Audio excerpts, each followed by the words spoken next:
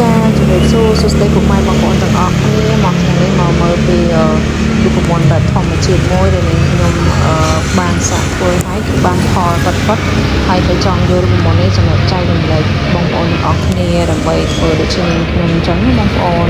គ្រឿងផ្សំដែលយើងមានដំបូងហ្នឹងគឺយើងមានក្រូចលឿងមានខ្ញីហើយជាមួយនឹងទឹកឃ្មុំបងប្អូនទាំងអស់គ្នាតែ3នឹងទេគឺមានក្រូចលឿងនោះបងប្អូនអាចទិញនៅតាមផ្សារបានណាបងប្អូននៅកន្លែងណាក៏មានលក់ដែរកន្លែងគេលក់បន្លែលក់អីហ្នឹងគឺតែងតែមានដែរខ្ញីមើមរបស់យើងខ្ញីមើមនោះបងប្អូន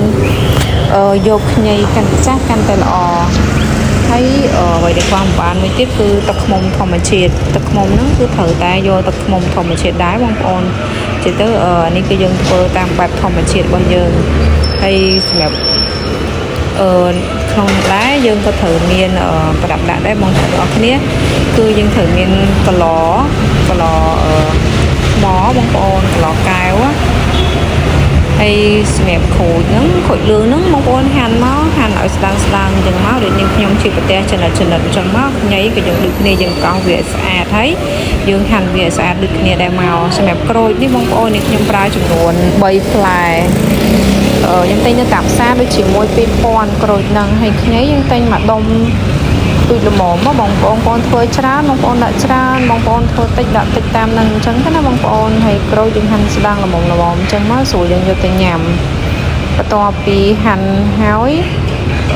យើងធ្វើការតម្រៀបវាចូលក្នុងកែវសម្រាប់វិធីហាន់អាហ្នឹងខ្ញុំអត់បានដាក់បញ្ហាបងប្អូនមើលទេខ្ញុំដើម្បីខាវីដេអូវាខ្លីអញ្ចឹងណាអញ្ចឹងខ្ញុំធ្វើកាត់ឲ្យបងប្អូនមើលហើយវាស៊ីពេលវែងបងប្អូនបន្ទាប់មកយើងធ្វើការរៀបចូលកែវមកយើងដាក់ក្រូចដាក់ខ្ញីបន្ទាប់គ្នាអញ្ចឹងណាបងប្អូនទាំងអស់គ្នាវិធីធ្វើនេះគឺងាយទេវាអត់ពិបាកទេហើយតែបងប្អូនមានគ្រឿងផ្សំទាំង3ហ្នឹងអ្វីដែលពិបាករវាអាចពិបាករគឺទឹកឃ្មុំធម្មជាតិដោយសារនេះខ្ញុំមានទឹកឃ្មុំធម្មជាតិនេះគឺពុកម៉ែរបស់ខ្ញុំគឺគាត់ផ្ញើមកឲ្យគាត់នៅចការអញ្ចឹងទៅគាត់មានទឹកឃ្មុំធម្មជាតិគាត់យកចែកកូនចែកអីយកមកឲ្យកូនប្រៃទៅចឹងខ្ញុំមិនដឹងថាធ្វើអីក៏សាករូបមន្តនេះទៅពេលទៅសាកទៅបងប្អូនបានផលមែនគឺបានទាំងសម្រាប់សុខភាពបានទាំងសម្រាប់ស្បែករបស់យើងបើយើងញ៉ាំបានជាប្រចាំបងប្អូនយើងអត់ងាយឈឺទេនេះផ្ដាសាយនេះអីទេសម្រាប់ខូចហើយនឹងខ្ញីហ្នឹងបើយើងត្រាំយូរបន្តិចយើងអ្នកខ្លះគេអាចញ៉ាំទាំងខូចញ៉ាំទាំងខ្ញីហ្នឹងក៏បានដែរតែនេះខ្ញុំគ្រាន់តែដាក់ជាមួយទឹកក្តៅញ៉ាំទេសម្រាប់អានេះយើងរៀបចូលកែវញាត់វាឲ្យណែនមកបងប្អូនដោយសារកែវខ្ញុំកន្លងនេះខ្ញុំវារៀងតូចបន្តិចអញ្ចឹងទៅនេះខ្ញុំដាក់ក្រូច3ផ្លែមានអារម្មណ៍ថាវារៀងណែនចឹងបើសិនជាអាចបងប្អូនរកគីឡូធំជាងខ្ញុំឬក៏មានគីឡូប៉ុនខ្ញុំអីចឹងបងប្អូនដាក់តែ2ផ្លែទៅវាសមល្មមហីផ្សាយខ្ញុំស្ដាយខ្ញុំចិត្តហើយចឹងខ្ញុំចិត្តតែប្រឹងញាត់វាពេញនឹងហ្មងទៅបន្ទាប់ពីយើងធ្វើការរៀបវាដាក់វាណែនស្អាតអញ្ចឹងមកចាញាត់មកទៅហឹងមកបងប្អូនញាត់ឲ្យណែនឲ្យល្អអញ្ចឹងមកយើងយកទឹកឃ្មុំយើងឃើញទេបងប្អូនខ្ញុំរៀបនេះតាមពិតទៅវាអត់សូវណែនល្អតែបើសិនខ្ញុំរៀបណែនជាងក្រូចហ្នឹងវាអាចនឹងល្មមចាបន្ទាប់មកយើងធ្វើការចាក់ទឹកឃ្មុំចូលទឹកឃ្មុំយើងចាក់ឲ្យវាជ្រាបទៅដល់ក្រោមរហូត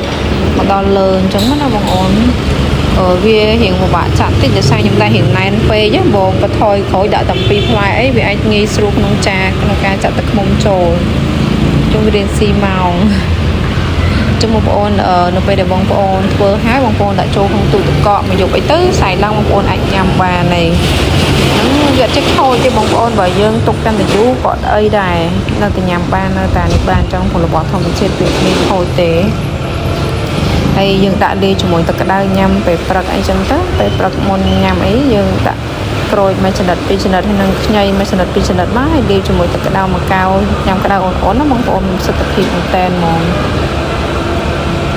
ស្បែកយើងក៏រៀងសភ្លឺទៅតាមហ្នឹងប៉ុន្តែបងប្អូនត្រូវចាំថាសម្រាប់រូបមន្តធម្មជាតិវាអត់ធ្វើឲ្យយើងប្លែកលឿនទេវាប្រែប្រួលម្ដងតិច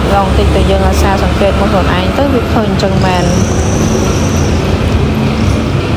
បងប្អូនមើលស្បែកនេះខ្ញុំក៏ដឹងដែរព្រោះស្បែកនេះខ្ញុំមិនមែនជាមនុស្សដែលសទេនេះខ្ញុំជាមនុស្សបែបខ្មៅស្អែមណា អញ្ចឹងខ្ញុំតែងតែធ្វើរូបមន្តនឹងញ៉ាំជាប្រចាំទៅខ្ញុំអត់មានដែរញ៉ាំ collagen ឬក៏ញ៉ាំអីដូចគេទេពួកនេះខ្ញុំខ្លាចតែប៉ះពាល់ដែរថ្ងៃអនាគតអញ្ចឹងទៅមានតែវិធីធម្មជាតិហ្នឹងយើងត្នេគឺចេះសាក់ធ្វើញ៉ាំទៅបងប្អូនទាំងអស់គ្នាវាអត់ខាតអីទេវាល្អសម្រាប់សុខភាពដែរអញ្ចឹងណា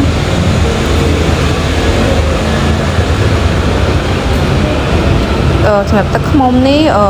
ខ្ញុំប្រើអស់ហ្នឹងប្រហែលជាអត់ដល់មួយដបហ្នឹងឯងហើយមួយដបហ្នឹងដូចជាដប300 ml ទឹកសុទ្ធ300 ml វាដល់កន្លះលីត្រទេតែយើងដាក់ក្រូចយើងណែនអញ្ចឹងទៅវាអត់សូវអស់ចុះទឹកឃ្មុំច្រើនទេតែបើសិនជាវាអាចខូចឬក៏ខ្ញីច្រើនជាងអត់សូវមានជាតិទឹកឃ្មុំបងប្អូនពិបាកក្នុងការញ៉ាំបងប្អូននៅសល់ទឹកឃ្មុំបងប្អូនអាចដាក់ក្នុងកៅហើយលាយជាមួយទឹកក្តៅហើយយើង